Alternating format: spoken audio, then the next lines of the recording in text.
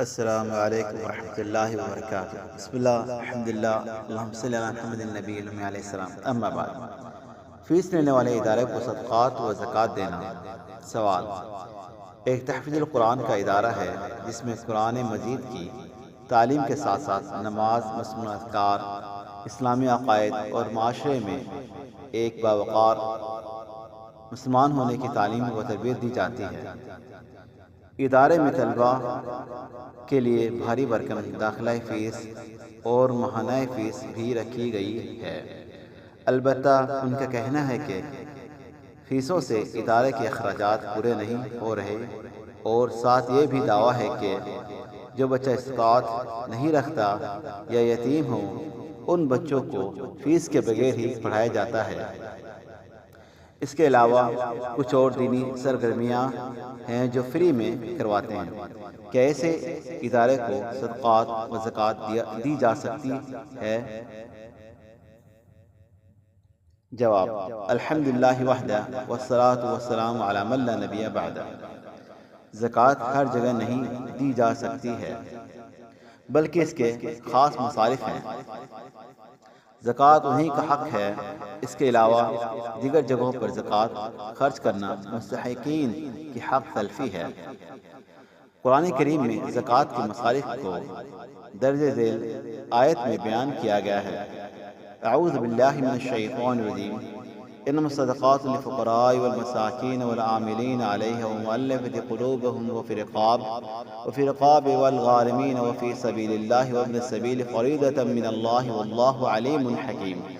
سورۃ التوبہ آیت نمبر 60۔ صدقات تو صرف فقیروں اور مسکینوں کے لیے اور زکوٰۃ جمع کرنے والے عاملوں کے لیے ہیں، اور ان کے لیے جن کے دلوں میں الفت ڈالنی مقصود ہے، اور گردنیں چھڑانے میں اور تاوان بھرنے والوں میں اور اللہ کے راستے میں اور مسافر پر خرچ کرنے کے لیے ہیں۔ یہ اللہ کی طرف سے ایک فریضہ ہے، اور اللہ سب کچھ جاننے والا، کمال حکمت والا ہے۔ یہ کل 8 مصارف ہیں۔ رہائشی دینی مدارس میں چونکہ اکثر تعداد ایسے طلباء کی ہوتی ہے جو کہ فقراء و مساکین اور مسافر کے ضمن میں آتی ہے، اور انہیں کھانا پینا، تعلیم و تربیت اور رہائش وغیرہ تمام سہولیات مفت دی جا رہی ہوتی ہے، اس وجہ سے دینی مدارس کو زکوٰۃ دینا جائز ہے۔ لیکن جو صورتحال اوپر سوال میں بیان کی گئی ہے، یہ تو ایک پرائیویٹ اسکول سسٹم محسوس ہوتا ہے جس میں طلباء سے فیس لی جاتی ہے، اور پڑھنے والے طلباء اگر کسی پوش ایریا کے تعلیمی ادارے کے بھاری بھرکم فیسز ادا کر رہے ہیں تو یقیناً وہ فقراء و مساکین کے تحت مستحقین زکوٰۃ میں تو نہیں آتے ہوں گے۔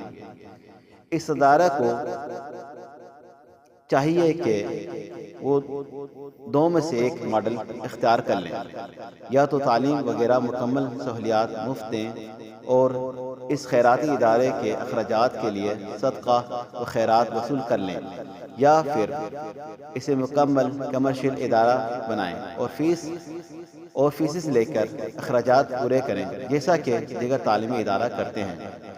یہ درست نہیں کہ فیسز بھی لیں اور ساتھ زکوٰۃ و صدقات بھی، کیونکہ یہ تو صدقات و زکوٰۃ کو اپنا کاروبار پر لگانے کے مترادف ہے، جو کہ قطعاً درست نہیں۔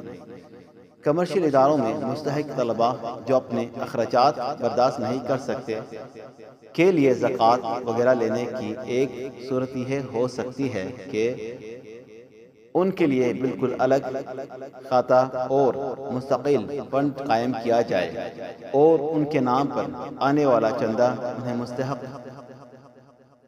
انہیں مستحق طلباء کی فیسز اور دیگر سہولیات کے لیے استعمال کیا جائے۔ وآخر دعوانا ان الحمدللہ رب العالمین۔